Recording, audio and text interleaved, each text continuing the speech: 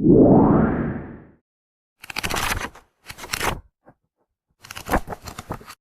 dia punya dia kakak Bima. Sebentar, sabar. Jadi kakak Bima ini udah jadi role selama kurang lebih 4 sesi. Ya.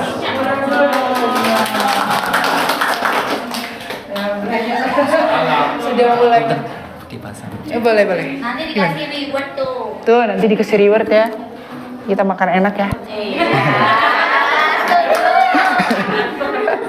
Pak, ajakin kita. Iya.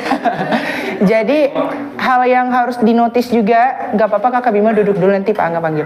Jadi hal yang harus dinotis selain kerjasama antara kita dan orang tua adalah makanan. Jadi anak-anak autis itu tuh juga ada beberapa makanan yang memang rentan. Iya, nggak harus diet sebenarnya juga Bu. Iya, diare atau enggak ada perilaku maladaptif. Sepertinya dia hand flapping secara ini, terus tiba-tiba dia teriak-teriak, tantrum, itu efek makanan. Dan dia nggak mau dikontrol dan dihandle itu biasanya. Maksudnya efek ya? Iya efek. Kayak Kakak Bima kalau makan gula, coklat gimana? Lemot kan? Bukan, kolesterol. Ya. Banyak glutennya. Banyak glutennya. Jadi memang sama terapisnya itu juga diedukasi selain toksik buat dia, toksik juga buat kesehatan dia gitu. Jadi ketika dia memakan misal coklat, itu kan overstimulate buat dia. Jadi dia nanti spektrumnya aja yang jalan. Tapi terhadap apa prom-prom yang kita berikan itu mental semua gitu. Jadi kalau dia udah diberikan makanan yang sehat, makanan yang bisa dia konsumsi gitu. Tadi kamu habis makan apa? Sosis? Sosis apa? Sosis Solo.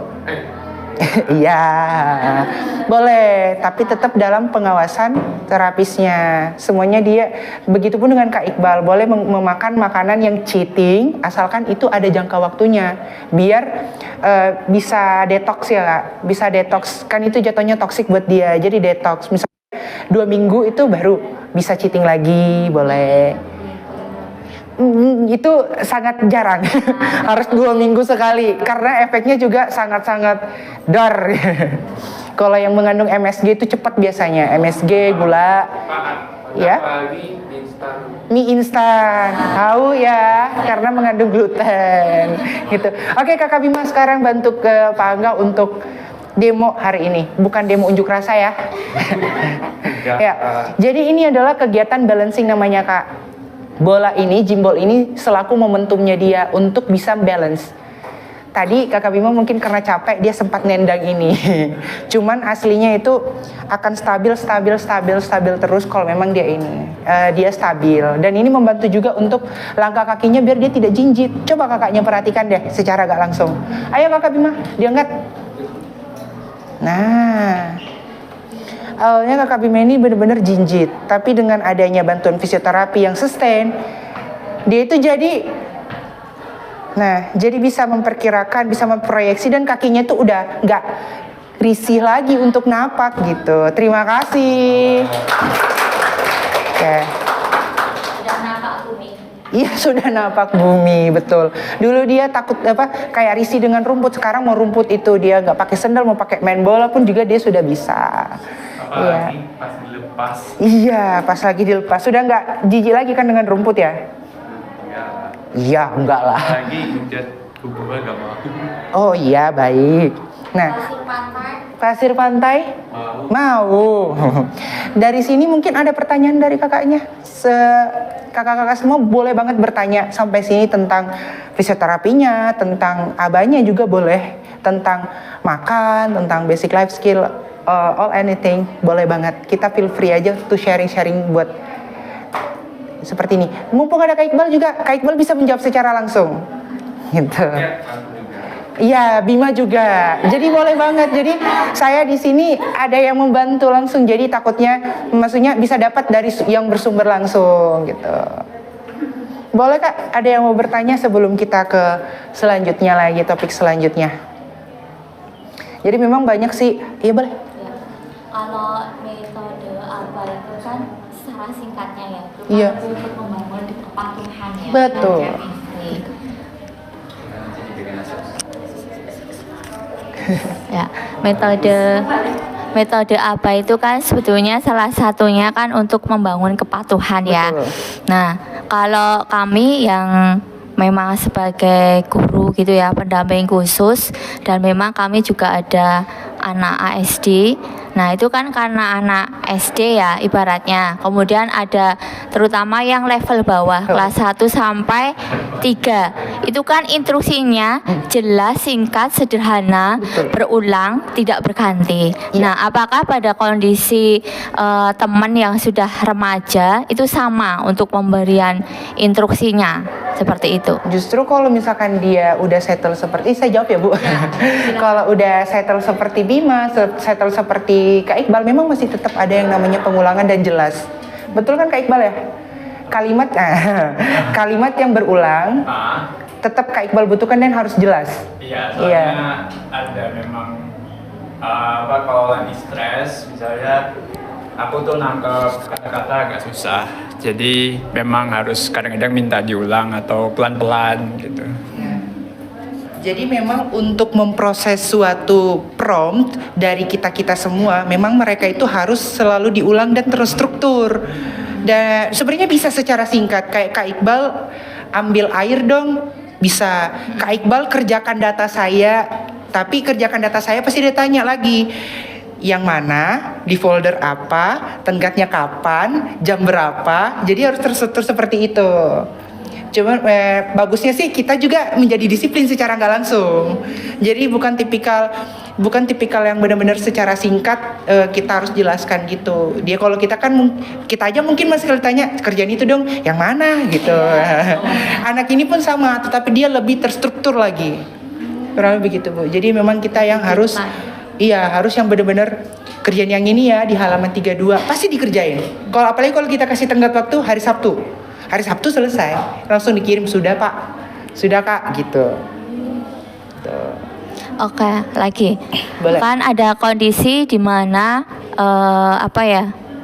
orang dengan ASD pasti ada masanya tantrum. Betul. Nah, kalau pengalamannya Mas Iqbal sendiri, pada saat apa sih tantrum? Terus bagaimana cara meregulasi emosinya sendiri?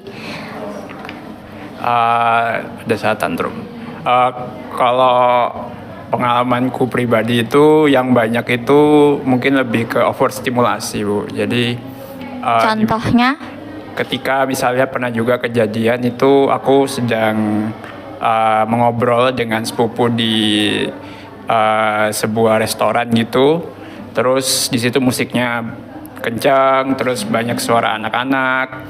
Itu kalau sensori suaranya udah berlebihan seperti itu tuh aku tuh agak susah mendengarkan lawan bicaraku. Jadi karena suara noise di luarnya juga besar, dia suaranya juga hampir sama dengan noise-nya, aku jadi ada kesulitan. Jadi fokusku harus lebih banyak, dan dalam mungkin perkiraan sekitar 30 menit setelah itu kepalaku jadi pusing jadinya.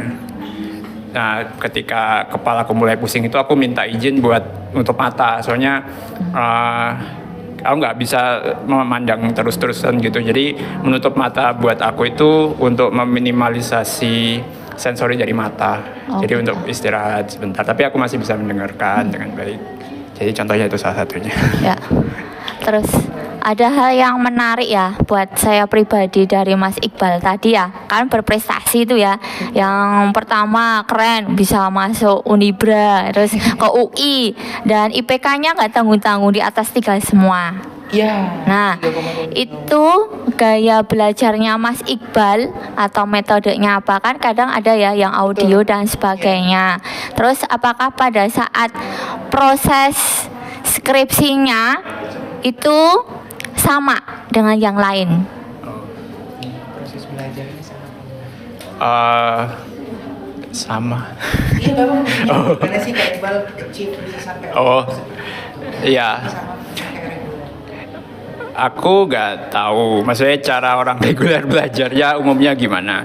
Cuman buat aku pribadi itu yang penting dari karakter ASD ku itu adalah aku tuh jadwalnya jangan diganggu.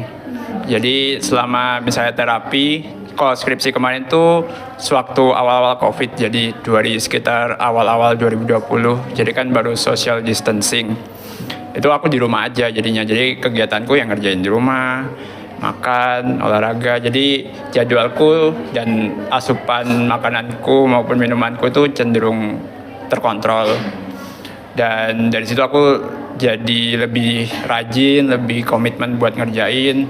Dan hal yang sama juga di MAC seperti itu. Jadi aku didampingi terapis, dibuatkan jadwal yang cocok untuk aku. Terus ya terapis jadi teman tukar pikiran terkait temaku juga. Dari situ kan hampir sama karena jadwal sama makananku juga terkontrol, jadi bisa menyelesaikan skripsi dan tesis. Ya, jadi memang kita sebagai terapis ini tuh bukan cuman sekedar tenaga pendidik, Bu, tapi kita ini bisa jadi teman sharing, bisa jadi teman curhat. Dengan seperti itu, kita tuh bukan hanya dekat sebagai pendidik dan anak, tapi secara emosional dia bisa menganggap kita apa saja dan kita harus menjadi tempat dia yang paling aman. Soalnya untuk untuk kakak Iqbal, untuk Bima itu tuh susah untuk mencari di mana sih dia bisa mendapatkan kenyamanan untuk bisa rilis apa yang dia rasakan. Gitu ya Kak ya. Jadi dia memang selektif untuk memilih orang, tetapi sebenarnya orangnya chill, santuy dan seenak itu gitu. Buat diajak nongkrong gitu. Begitupun juga dengan Bima. Jadi memang kita harus ngeset lingkungan yang benar-benar kooperatif, nggak cuman dari Kak Iqbalnya aja, tetapi kita semua gitu. Begitupun kita kan, kalau kita mendapatkan efek lingkungan yang positif, pasti kita juga akan enak gitu bawaannya untuk positif. Begitupun juga dengan Kak Iqbal dan Kakak Bima gitu. Kenapa? Yang negatif gak enak. Iya, yang negatif gak enak banget gitu. Iya. Ada lagi mungkin yang mau tanya? Boleh gak?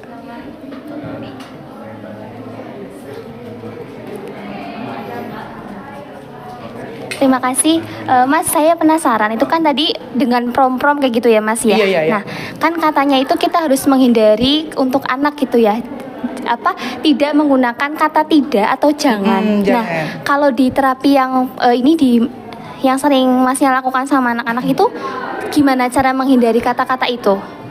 Jangan, tidak kayak gitu. Terus apakah lebih dialihkan dengan kata-kata yang lebih positif atau gimana? Dialihkan kata positif atau kita ganti kayak misalkan, ayo kita kesana dulu. Padahal kayak jangan lakuin itu ya, itu nanti sakit. Tapi kita alihkan kayak, ayo kita jalan ke sana ada bakso gitu. Kan tidak ada kata tidak, tetapi kita mengalihkan aja. Atau enggak kayak dia melakukan sesuatu kayak dipanggil, Kakak Bima, ayo kita sholat. Nah, jadi kan dia teralihkan ke hal-hal yang harusnya tidak dia lakukan. Kalau misalkan jangan, kita biasanya nggak usah ngomong jangan langsung. Biasanya ditanya aja, Bim, itu tuh gimana? Biasanya dia udah tahu. Tapi sebenarnya kalau dikatakan tidak dan jangan, itu boleh Kak. Asalkan kita solutif. Bim tidak boleh melakukan perilaku negatif karena itu efeknya akan efek negatif kamu. Nanti kamu mengamuk, nanti kamu menangis. Bagaimana? Akhirnya kan dia tahu efeknya. Boleh Kak. Jangan juga nggak apa-apa. Bim jangan kesana ya. Nanti kamu terjatuh sakit dan menangis.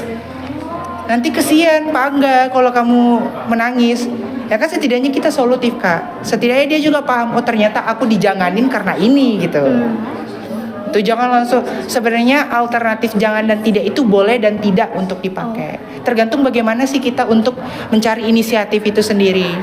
Gitu Kak. Kalau mereka menerima kan Kak, kalau dibilangin tidak, asalkan tidaknya kenapa sih gitu.